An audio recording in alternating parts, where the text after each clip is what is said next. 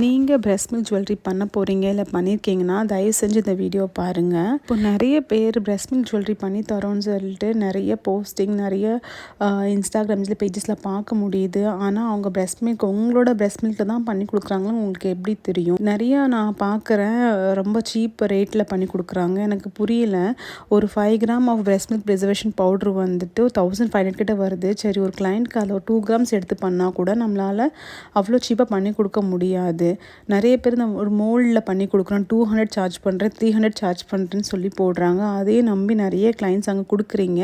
அது உங்களோட பிரெஸ்ட் மில்கே கிடையாது நான் கண்டிப்பாக சொல்ல முடியும். ஏன்னா ஒரு ரெசின் ஆர்ட்டில் வந்துட்டு ஒரு பண்ணி கொடுத்தா அந்த சார்ஜஸ் வாங்கிக்கலாம். பட் பிரெஸ்ட் மில்க் ப்ரிசர்வேஷன் பண்ணி கொடுத்து ஒரு ரெசின் ஆர்ட்டில் இன்ஃப்யூஸ் பண்ணி கொடுக்குறது வந்துட்டு இவ்வளோ சீப்பாக பண்ணி கொடுக்கவே முடியாது. அது ஒரு பிரெஸ்ட் மில்க் ப்ரிசர்வேஷன் ஆர்டிஸ்ட் தான் தெரியும்.